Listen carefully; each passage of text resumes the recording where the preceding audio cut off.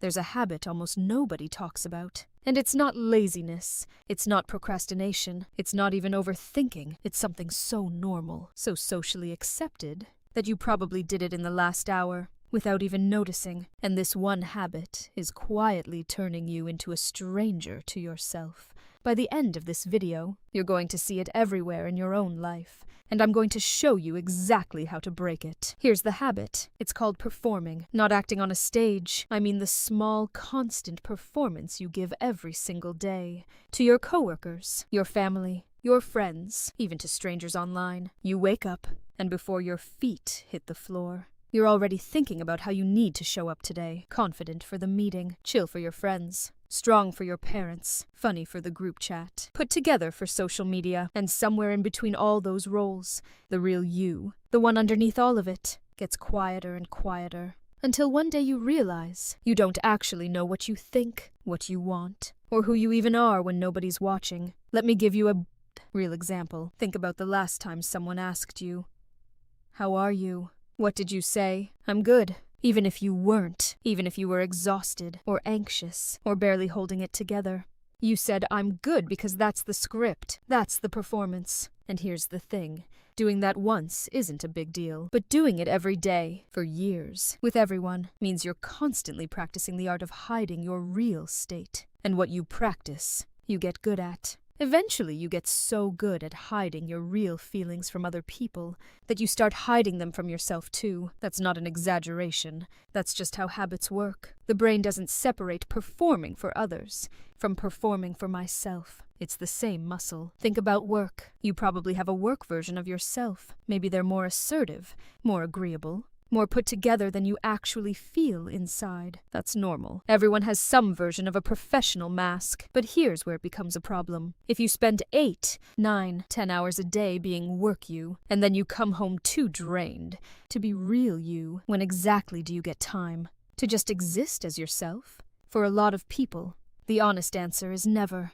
Not on weekdays, not on weekends, because even rest becomes a performance. Scrolling your phone to relax, while comparing your life to everyone else's highlight reel. That's not rest. That's just performing exhaustion instead of ambition. Here's a story that makes this real. Picture a guy. Let's call him Marcus. Is the guy everyone loves. Always has a joke ready. Always positive. Always the one lifting the group up.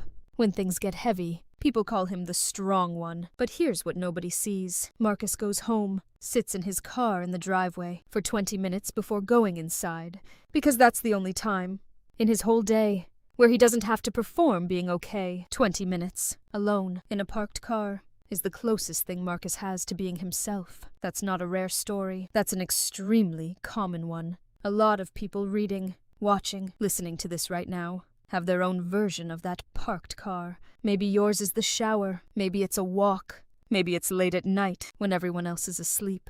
Ask yourself, when is the only time you feel like you're not performing for anyone? And if you can't answer that quickly, that's actually really important information about your life right now. So why does this happen? It's not because you're fake or dishonest. It's because humans are wired for social survival. For most of human history, being accepted by the group meant survival, and being rejected by the group could literally mean death. So your brain developed this instinct to read the room, adjust your behavior, and fit in. That instinct isn't broken. It's actually working exactly as designed. The problem isn't that you adapt to different situations.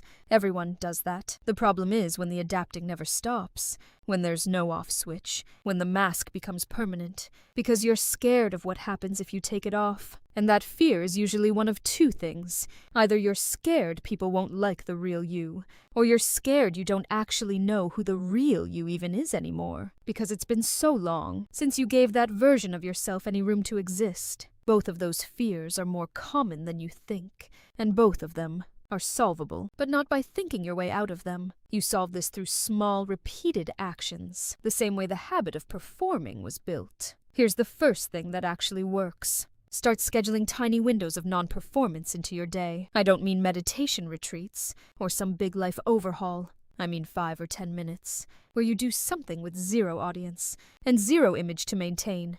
Sit outside without your phone. Write down exactly how your day actually went. No filter, just for you. Nobody's reading it. Take a walk without headphones, and just let your thoughts run without curating them for anyone. This feels strange at first, almost uncomfortable, because you've trained yourself out of it.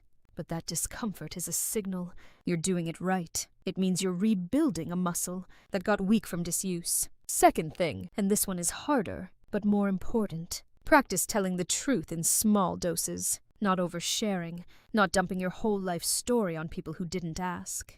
Just small, honest moments. Next time someone asks how you're doing, and you're not okay, try saying, "Honestly, it's been a rough week." That's it. You don't need details. You just need to break the automatic "I'm good" reflex sometimes. Watch what happens. Most people respond with more warmth, not less. And even if they don't, you've still done something powerful. You've let one real moment exist, instead of another performed one. Do that enough times, and you start remembering what honesty with yourself actually feels like. Third thing, pay attention to who you become around different people, and ask yourself which version feels the most like exhaling, and which version feels the most like holding your breath. You'll notice some relationships let you soften, drop the act a little, breathe.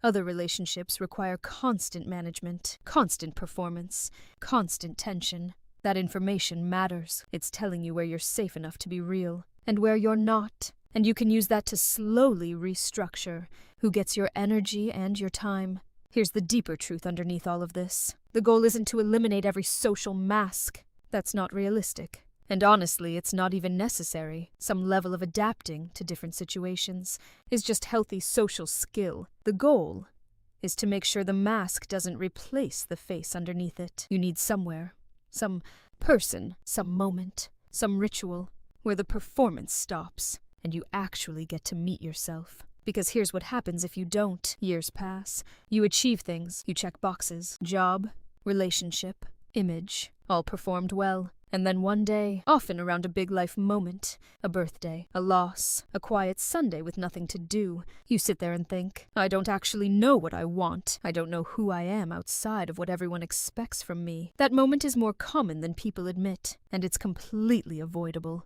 If you start doing the small work now, today, instead of waiting for life to force the question on you. So here's what I want you to do after this video. Pick one thing, just one. Either your daily 5 minutes of zero audience time, or one honest moment instead of "I'm good," or paying attention to which relationships let you exhale. Don't try to do all three at once. That's how people quit in week 1. Pick one. Do it for the next 7 days. And notice what shifts. Not because it's some magic fix, but because that's literally how you stop being a stranger to yourself. One small honest moment at a time, until one day the real you isn't hiding in a parked car anymore. They're just there, present, in your actual life. If this hits something in you, you're not alone in it, and you're not broken for feeling this way. This is just what happens when nobody ever taught us how to stop performing long enough to actually check in with ourselves. Now you know the habit, and now you know the way out.